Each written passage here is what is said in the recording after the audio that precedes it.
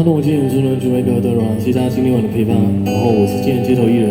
思远，那非常欢迎大家可以追踪一下我的 IG，因为我每周都会 po 我的演出节目表放在上面，所以大家可以 follow 一下我。然后也大家如果觉得我今天表现不错啊，非常欢迎大家可以打赏支持我一下，就是前方的打赏箱。OK， 那大家有机会就下次见喽，谢谢你们，拜拜，晚安，拜拜，送给你们最后一首歌，周杰伦的《不能说的秘密》，谢谢，拜拜。